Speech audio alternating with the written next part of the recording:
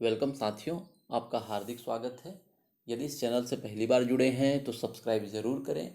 साथियों, अंकेक्षण BCom final year के साथ ही यूजीसी नेट सेट और असिस्टेंट प्रोफेसर एग्ज़ाम के सिलेबस में भी शामिल है।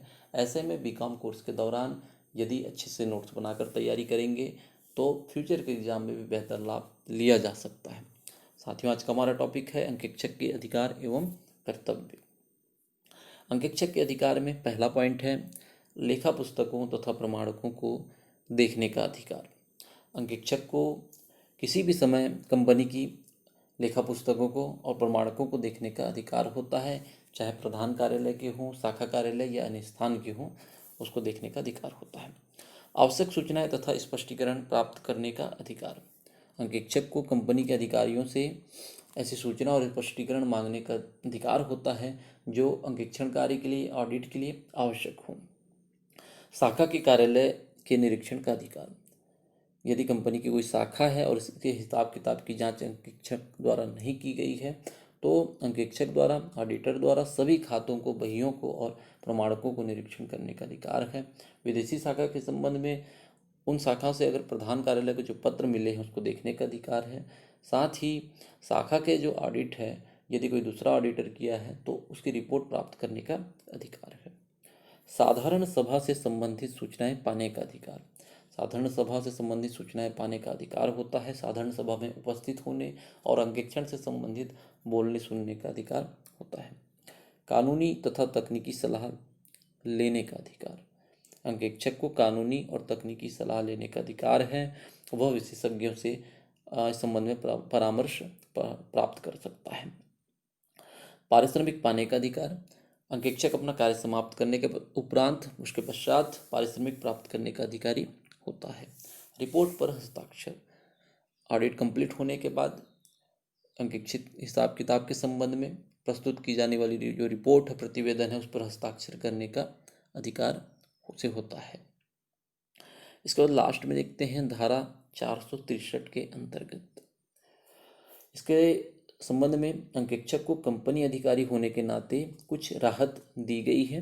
किसी दीवानी या फौजदारी मुकदमे, सिविल या क्रिमिनल केस में अपना बचाव करने से उत्पन्न दायित्व की क्षतिपूर्ति करने के लिए कंपनी तैयार हो सकती है। इसके लिए यह सिद्ध हो जाता है यदि कि अंकेक्षक ने ईमानदारी से काम किया है और उसके पक्ष में निर्णय हो गया। करीब अंकेक्षक ने ईमानदारी से काम किया, उसके फेवर में डिसीजन होता है, तो क्षतिपूर्ति के लिए कंपनी तैयार हो सकती है। तो इस तरीके से अंकेक्षक के अधिकार हैं। इसके कुछ और पॉइंट आप अपनी पुस्तक गाइड से देख लेंगे, उसे ऐड कर लीजिएगा। अंकेक्षक के कर्तव्य देखते हैं। विशेष जांच करना। तो अंकेक्षक को देखना होता है कि जो कंपनी के रिकॉर्ड्स हैं उसको वो विशेष जांच करें। रिपोर्ट देने का उसका कर्तव्य है कि ऑडिट कंप्लीट होने के बाद वो रिपोर्ट देखेगा और लिखेगा कि उसकी राय में, उसकी जानकारी में जो स्पष्टीकरण दिए हैं वे सभी सत्य हैं, उचित आर्थिक स्थिति, वित्तीय स्थिति प्रकट करते हैं। ये रिपोर्ट में उसको मेंशन करना रहता है। अन्य वैधानिक कर्तव्य।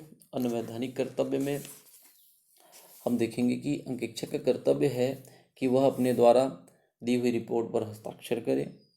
यदि कोई फर्म किसी कंपनी के लिए अंकेक्षक नियुक्त है तो उनका कोई भी साझेदार रिपोर्ट पर हस्ताक्षर कर सकता है, लेकिन कौन सा साझेदार करेगा? जो खुद सीए होगा। ठीक। तो इसके बाद प्रविवरण में दी गई सूचना को प्रमाणित करना। प्रविवरण में दी गई सूचना को प्रमाणित करना, अंकेक्षक इसको प्रमाणित करेगा, रिपोर्ट इस संबंध में देगा। कंपनी के लाभ हानि के संबंध में, संपत्ति तथा दायित्व के संबंध में, पिछले 5 वर्षों में प्रत्येक वर्ष में कंपनी द्वारा बांटे गए लाभांश के लिए। तो ऐसे कुछ बातें हैं जिनको वो प्रविवरण में दी गई सूचना को प्रमाणित करता है। ऐच्छिक समापन पर रिपोर्ट देना। जब किसी कंपनी का स्वैच्छिक या ऐच्छिक समापन होता है तो उनके संचालकों कंपनी की शोधन क्षमता के विषय में अपनी घोषणा करते हैं, तो अंकेक्षक का कर्तव्य हो जाता है कि वह इस घोषणा के बारे में अपनी रिपोर्ट दे। इसके बाद है निरीक्षक की सहायता। ये कौन से कंडीशन में होगा? जब कंपनी का अनुसंधान होता है तब अंकेक्षक का कर्तव्य है कि जो अनुसंधान के लिए निरीक्षक नियुक्त किया गया है उसकी आवश्यक सहायता करें। उसके पास जो भी कंपनी से रिलेटेड पुस्तक हैं, डॉक्यूमेंट है, वो प्रपत्र हैं, उसको निरीक्षक को वो सहायता के रूप में उसे सौंपे। तो ये इसके कुछ कर्तव्य हैं। इसके अलावा आपकी पुस्तक गाइड में जो भी और भी पॉइंट होंगे उसे आप ऐड कर लीजिएगा। उम्मीद करता हूँ यह वीडियो आपके लिए यूज़फुल और हेल्पफुल रहेगा। लाइक शेयर कमेंट के माध्यम से अपना प्यार देते रहें। Thank you.